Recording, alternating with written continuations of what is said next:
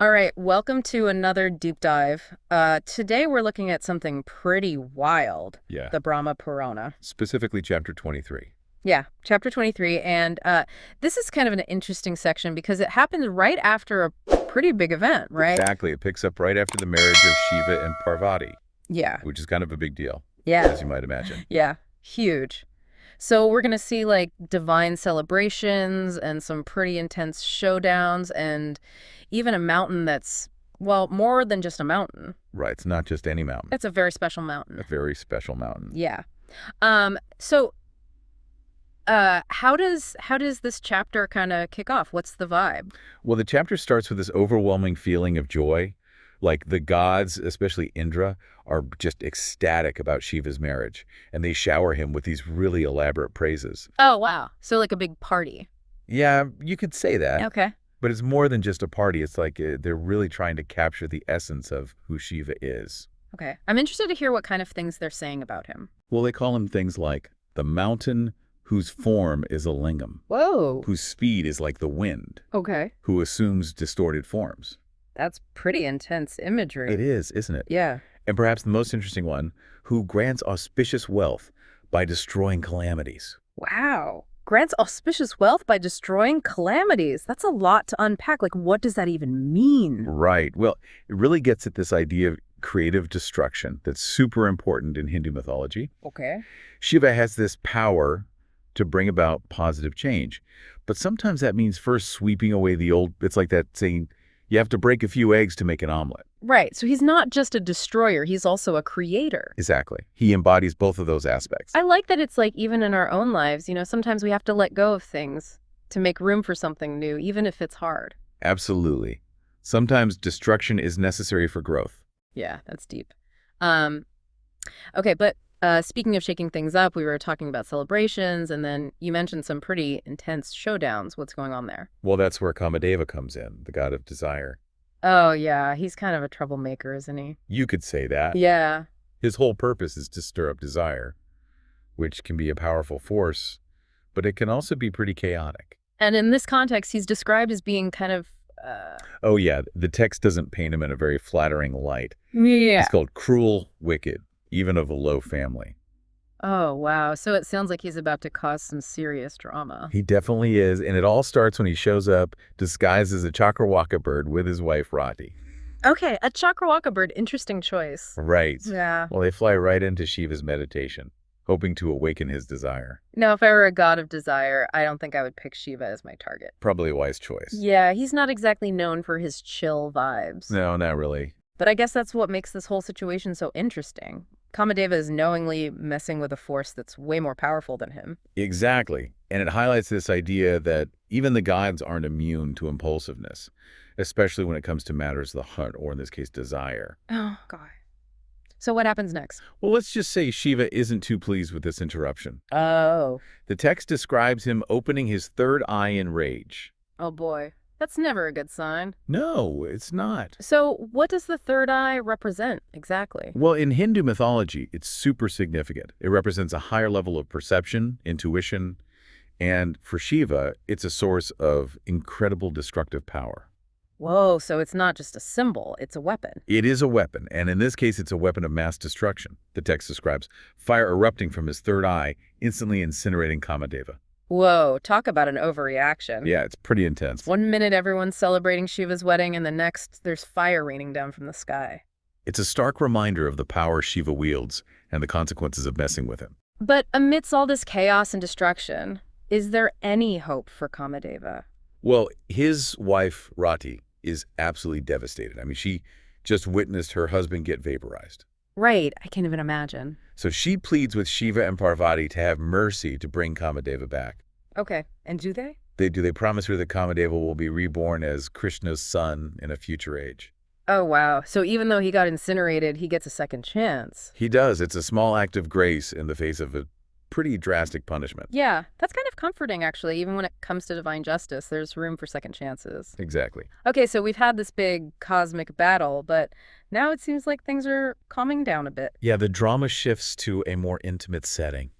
We see Shiva and Parvati interacting with her family. Okay, so like a meet the parents kind of situation. Kind of, but, with gods. Right, your divine in-laws. Exactly. So how does that go? Well, Parvati's mother is a little concerned about Shiva's lifestyle choices. Understandably so. I mean, he hangs out in cremation grounds, he's got wild hair, and his entourage is pretty eccentric. Yeah, he's not exactly your typical son-in-law. No, not really. And this clash between Shiva's personal preferences and societal expectations is something I think a lot of people can relate to. Totally. I mean, who hasn't felt pressure from their family about their career choices or their partner or even their clothes? Right. It's a universal experience. Yeah, even the gods aren't immune to family drama.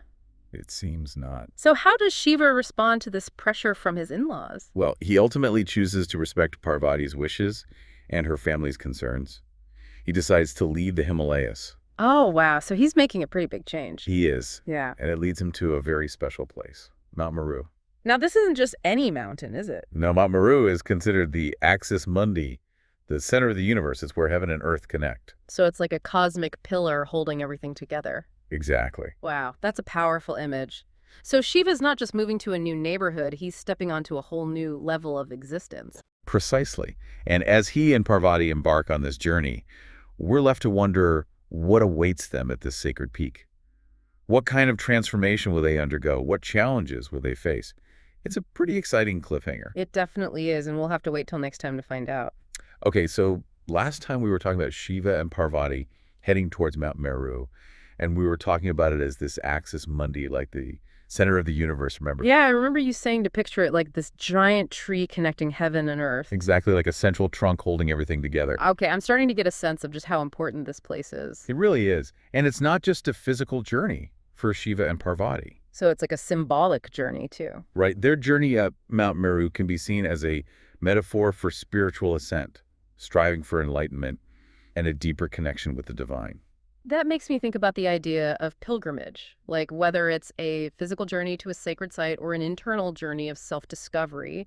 It's always about overcoming challenges to reach a higher purpose. Exactly. It's not just about the destination, it's about the journey itself. Yeah, the trials and tribulations along the way are opportunities for growth and transformation. It's interesting how this story, which is thousands of years old, still resonates with us today. Yeah, totally. I mean, who hasn't felt the pull of desire or the pressure of societal expectations or the longing for something more? Right? Mythology speaks to these universal human experiences, even when it's dressed up in fantastical stories about gods and goddesses. I mean, we might not be able to like incinerate someone with our third eye. Hopefully not. But we can definitely relate to the emotions that drive those actions, the jealousy, the anger, the love, the desire for revenge, all that stuff. And even in this divine realm, we see those same emotions playing out. Rati's grief over losing her husband, and Shiva and Parvati showing compassion by granting her wish. Yeah, it's not just about the grand cosmic scale of things. It's also about these very personal and intimate moments that make the story relatable. Right, and it's important to remember that this whole chain of events was set in motion by Kamadeva, the god of desire.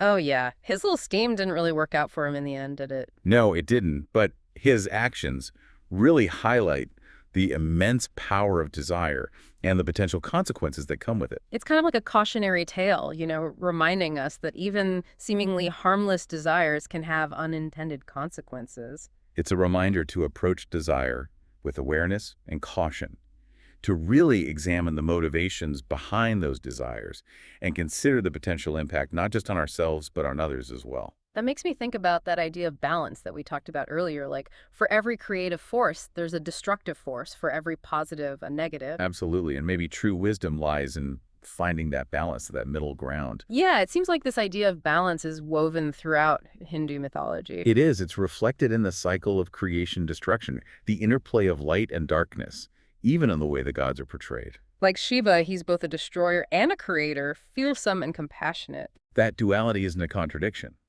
It's a reflection of the complexity of existence. The universe isn't black and white. It's a tapestry of shades. And maybe understanding that complexity is key to navigating our own journeys, both internal and external. So we left Shiva and Parvati at the foot of Mount Meru. Right, ready to begin their ascent. And while we can only speculate about what awaits them there, it's clear that this journey is about more than just reaching a physical destination. It's about their spiritual evolution. Okay, so what do you think, what kind of transformations might they undergo as they climb this cosmic mountain? What challenges might they face? What insights might they gain? Those are all great questions. And while the Brahma Purana doesn't explicitly lay out all the answers, it does offer some clues. Like what?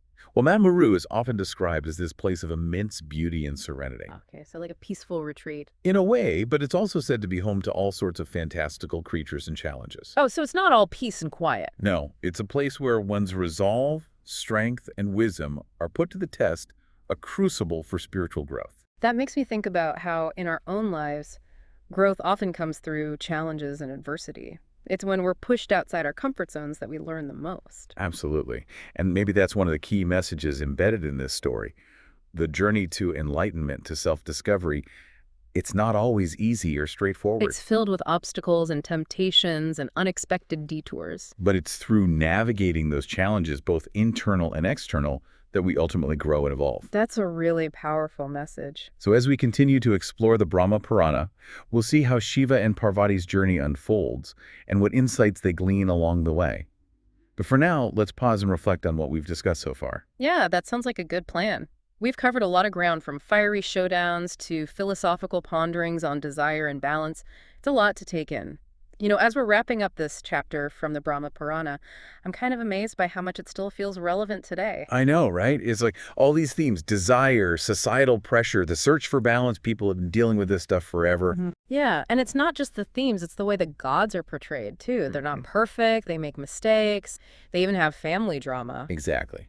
Hindu mythology doesn't try to make the gods seem untouchable.